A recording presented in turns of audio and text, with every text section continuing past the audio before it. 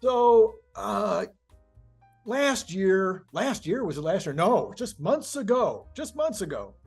Brian and I made a lot of noise about LK99. Now we weren't alone.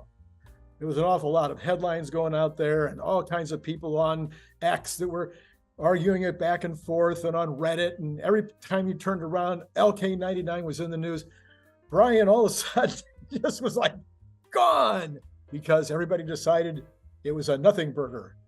I don't think so. So if we start from the idea that superconductivity is something at room temperature, is something that would not only be beneficial to the world, but actually would be almost as revolutionary as, say, Optimus robots. Right. Because why? What would room temperature superconductivity give to us if it turns out that these guys in Korea were right after all? So we already have about $8 billion per year from superconducting industry globally, right? That's what the total amount of volume of purchasing that's taking place of superconducting material that is not at room temperature. It's a very high. Yeah. Right. Yeah. So I got to cool it down with. I'm sorry. Very low temperatures. Yeah. I had to cool it down with liquid hydrogen, liquid helium, liquid nitrogen. Liquid nitrogen stuff I think is more like $20 a gallon, something like that. The other really cool stuff is like $1,000 a gallon, something in that range, right? So the amount of material that they sell at the two different levels of like how much cooling do I need? Actually, the even colder stuff that needs more expensive cooling is actually used about, I think, still more than the warmer stuff. Oh, interesting. The reason being is that they're different in what you can do stuff with them, right? So it's worth it because I can run more current through the really cold stuff, right? Or I can do other things with it.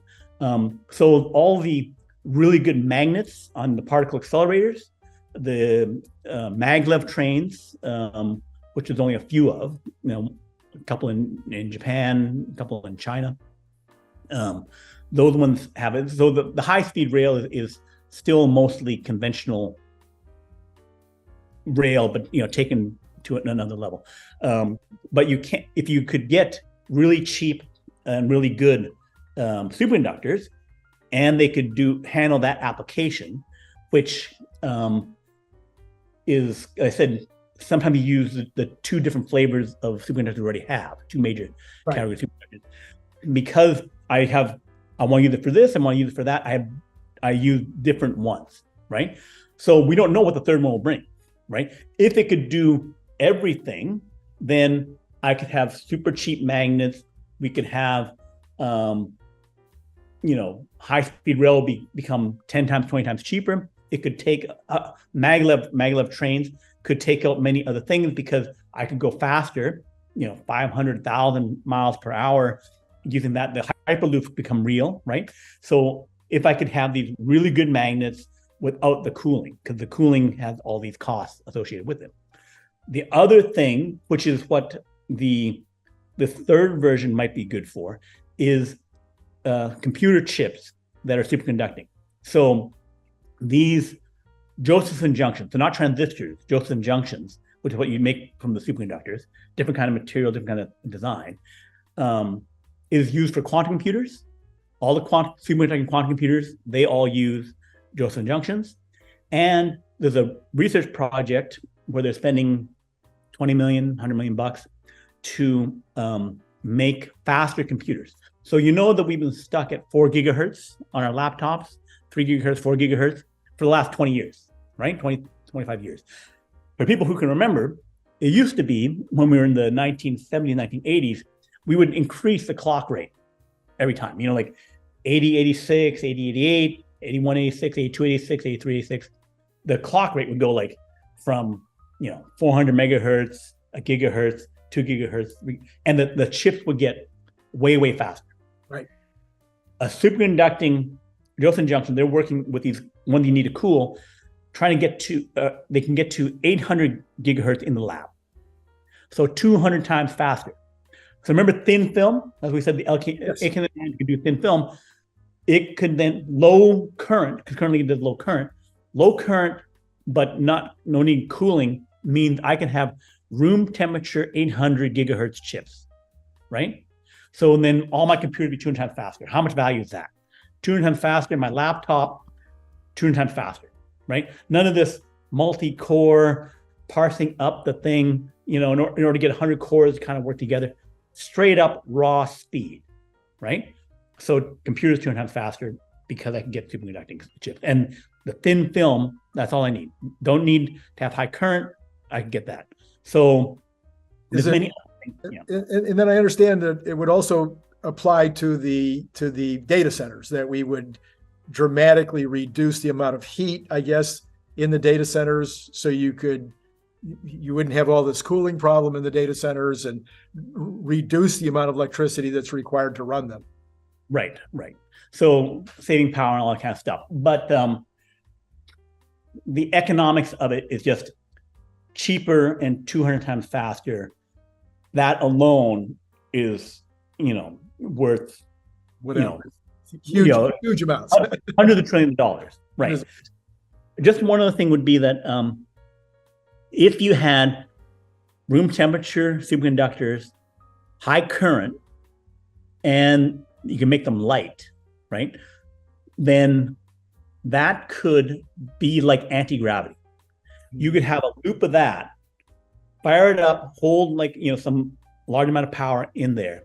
It would push against the Earth's magnetic field, and it could basically, I could then launch to orbit like an elevator, going up, power, and then go up. So, room temperature, high power superconductors that are light, you can have the electromagnetic equivalent of anti-gravity, where that can then apply to space. So, because I study all the possibilities, once you hit the specs, up beyond there, there's stuff they can do that would be like technological magic, right? It's like, oh, I can't really do anti-gravity, but I got really, really good superconductors, room temperature, and I can shove in power at the level maybe 10 times higher than I currently can do with the one they have to cool a lot. And then I can make them light, and now the space applications just go boom off the chart. I could do stuff like I can make structures the size of the planet, because instead of, I can only have steel and titanium that's so strong, but if I have a magnetic spine for the super space station, now the power, the strength of that is like beyond the strength of metal, right? Because I got, a really strong magnetic field. I see. Yeah. So, okay. So now let's go back to our little group in North Korea. South Korea rather. I hate to talk to them about like that, but they've been so ridiculed. They've become smaller in our mind as being these kind of guys who happened to be in a lab, and they were just hanging out, and they fell into this opportunity. I don't think that's really quite how it happened, but that's kind of how it's being described by the press. But in fact, they put out, as you said, this early paper, and then their one member of the group got a little antsy, and there was some conflict or whatever. And so now you've had this high level of excitement, and then the excitement falls off, and in fact gets to the point where people think it might have even been fraudulent. But there's been a couple of findings by a couple of the labs that suggest maybe not. And this is what hasn't been reported. If you haven't heard this yet, it's because nobody's talking about it except this channel. Go ahead. Tell me about these other labs. So basically, we're waiting for the original Korean group to release their paper and show the work that they've done, right?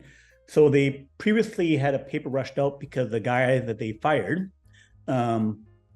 put out the paper that he had, the information he had, onto the archive, ARXIV, area where preprint papers are shared. They also had a peer-reviewed paper in the Korean journals, which got ignored months before.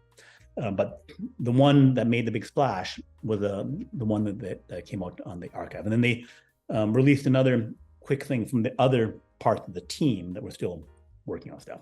Although what the relationship with there, we don't know. But anyway, they're working on it. They did share their original materials to 2 other labs. But none of those teams working on the original stuff or the original team have done it.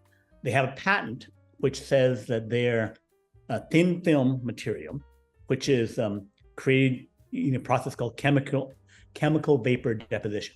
It's kind of like when you use steam or something like that to coat, and generate some materials that then coat a surface, right?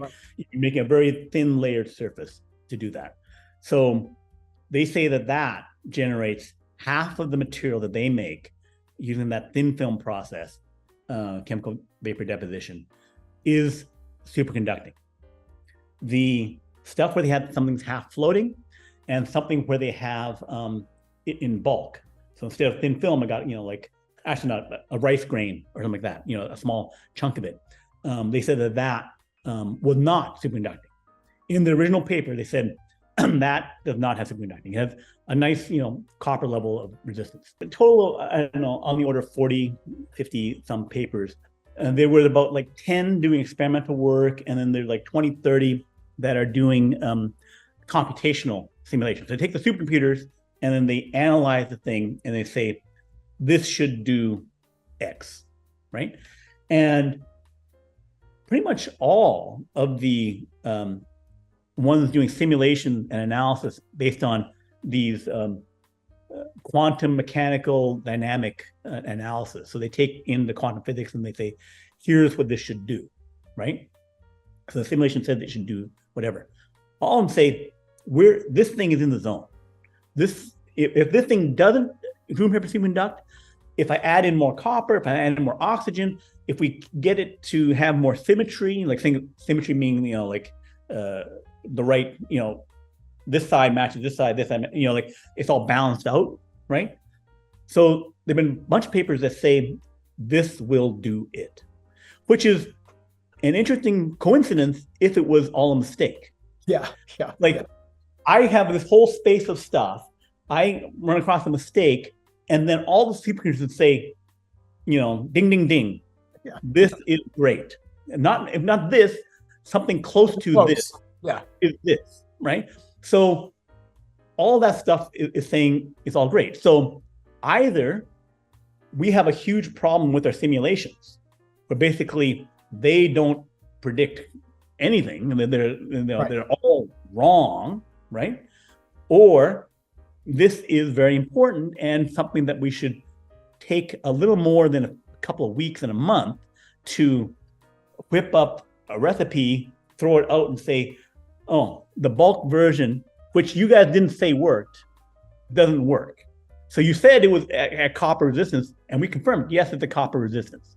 So you took the part of the paper which you could understand and do in a couple of weeks, you did it, and then you say, that thing which you never made the claim about, I'm saying, yes, that doesn't work, which is what I said it didn't do. I didn't make the thin film, which I said that was interesting. That has, 1,000 times, 10,000 times less resistance. You didn't do that part. You did the other part. So they've totally disproved the part that they didn't claim. Right. So but they have not done the thin film. Now, I think one of the papers that you put up on your site, nextbigfuture.com, one of those papers are one of, I don't know if it was a full paper or whether it was just somebody reporting that they felt that there was even more to it than that. In other words, that it was that there was some real evidence besides just the simulations that they were on the right track. There have been various other experimental things in China which have said that there was some superconducting at a lower temperature, but that hasn't been confirmed. So all the experimental stuff has not proved the things that need to be proved. They've proved the levitation part, but then they've said that levitation doesn't need superconducting. That's just diamagnetism, a different kind of magnetism, right? So that floating didn't mean anything, right? And then the experimental results, like I said, no one's done the work that needs to be done on that. Okay. Maybe they are doing it, but they haven't published it. Right. And also the descriptions that the Koreans gave was not particularly thorough, right? Mm-hmm. Because they rushed the paper out and all that kind of stuff. Right. So they say, like, for the chemical vapor deposition, they say, okay, use chemical vapor deposition, which is use a frying pan, right? And then stick it in the oven. And the temperature in the oven is 500 to 1,000 degrees. So that is not going to give me a good recipe coming out if I'm saying between 500 and 1,000, and I don't know how long to cook it, and I don't know how to do this or that. It's kind of like you can try and experiment on it. Say, okay, I got the ingredients of something, I got to make it into a thin film. But it didn't seem to me to be enough. And then again, no one's tried to do it. You would think if they got enough information to say, okay, my experience and the stuff that you gave me is enough for me to give you a shot at thin film. No one's tried that. So the description, which looks terrible to me, 2 paragraphs of seemingly nothing, seems like not enough for the other people to go on. Right. So that's why we have to wait for the Koreans to say, here's what it is. But even if their description is no good, if they're doing what they're saying, making thin films that are half superconducting, at a certain point, they can then give it to more than just 2 of the labs, give it to 10 of the labs and say, okay, here's the deal, here's what the stuff is, right? But again, the fact that all the other theoretical guys who don't use computers, just like think about it, they say it's interesting, and like several of them do, and then several of the supercomputer guys say it's good. So I think just based on that, more things should be tried because it's, like I said, it can give us magical stuff. Yeah. So the Koreans had originally, I think we originally maybe thought that we would be seeing the paper around now. Mm-hmm. Is there any update in terms of when the Koreans are saying that their paper will be ready for publication or will be published? Or the last word we heard was end of September, end of October. But I'm perfectly expecting this to take months longer. I see. Okay. They're under such criticism and scrutiny. I'm going to make sure that my result is bulletproof before I show it to the world. Because if I, hurry up and then show something, and then again, they say, okay, that doesn't work. I got to have people go over it to make sure that, okay, what I'm saying is solid. I've got enough of the other sample. The other thing is that if they got this thing really working, right,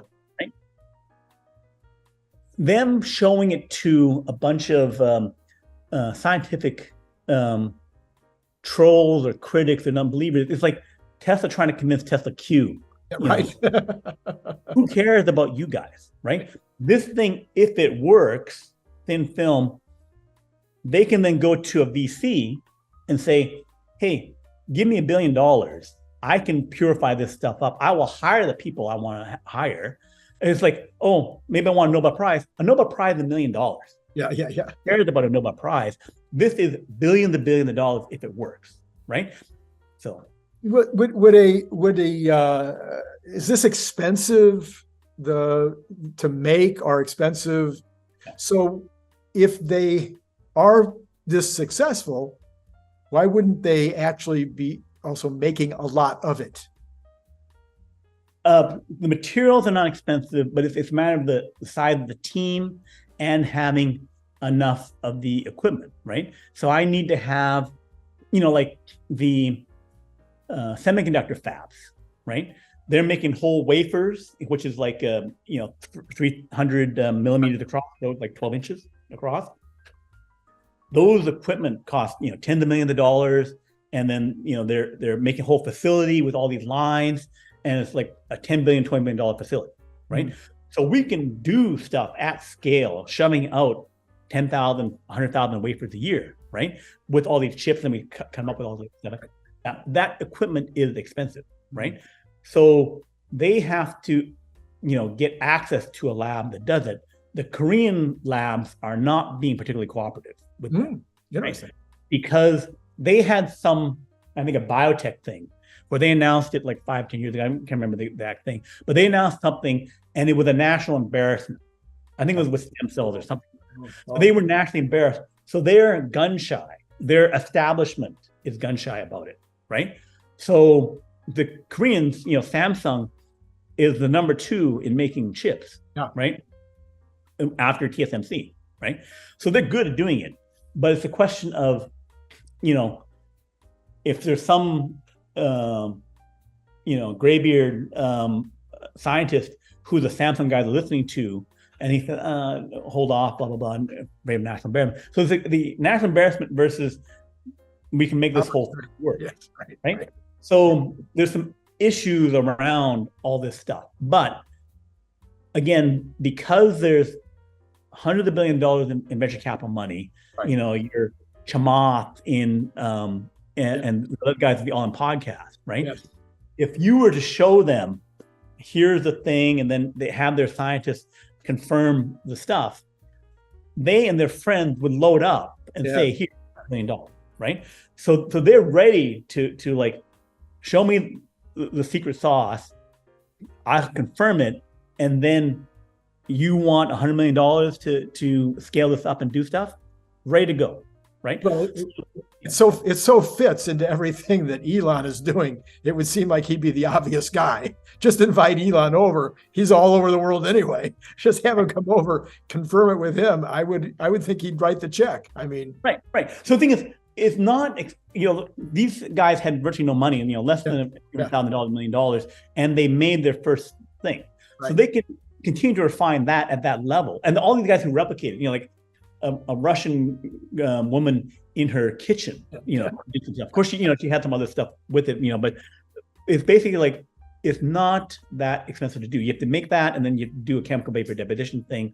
Chemical vapor deposition labs are like in every university around the world. So you can get this stuff done. So it's not, and then the materials are like super duper cheap, a few $100, a few $1,000, which is again, why if they can make it work, it'd be so amazing. It'd be like getting out.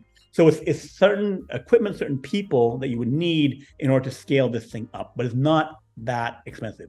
It could be expensive if I need to try 100, 1,000 different things. Like I need to, at the same time, rush to do 100 different, 1,000 different kinds of things. That would become more expensive, right? Which may be needed to be done. It's like they probably didn't get it exactly right. They probably need to do a bunch of other work and testing, like all the superconductor work of like supercomputer work of saying, try this, try this, try this. Maybe they need to try a bunch of stuff in order to get to the final reliable thing. But if they're making something at room temperature and they say half of it's superconducting, that's something they can go show to all. That's easily confirmable, right? Easily confirmable. So the confirmation of work or not work is not in question. If they're doing it, it can be confirmed. But the fact that other people can't make it, that doesn't mean anything, because all they saw was something. They didn't do the right thing. Yeah. They didn't follow the instructions. Probably weren't there. And not they didn't follow the instructions, is that the instructions weren't clear. Right. Yeah. Interesting. All right. Well, that's when I read that on nextbigfuture.com, because I'm a regular attender of your website, and everybody should be. So look up Brian on nextbigfuture.com, and maybe only 1% or 10% of the articles will amuse you, but a much higher percent amuse me, because I'm like Brian. I'm not like Brian. I'm more like Elon than I am like Brian. Brian's got his knowledge on this stuff is like 10 times mine. Listen, Brian, thanks again for being on. It's always great to have you on board. And to all of you out there, it has been great talking to you. Thank you. If you don't mind, I do want to pitch my little device here. I have these little devices for $25. You can't believe how cool this is. Look at how thick the stainless. I mean, holy mackerel! It comes in. It comes in a camo as well. It's a can opener. I mean, I'm sorry, not a can opener, a bottle opener. So you got your bottle opener here too, and it's got a magnet on the back, so you can slap it up on your fridge. I mean, huh? Is this good or what? So anyway, you just send $25 to my PayPal account. It's down in the information below. Just click on there. You can send it 20. Now, if you're out of the country, I got to charge you an extra $20 for freight. So, or if you join my Patreon, I'll give you one at the $10 level. I'll give you one for free. Click the link below to get your paperback, Kindle, or audiobook now.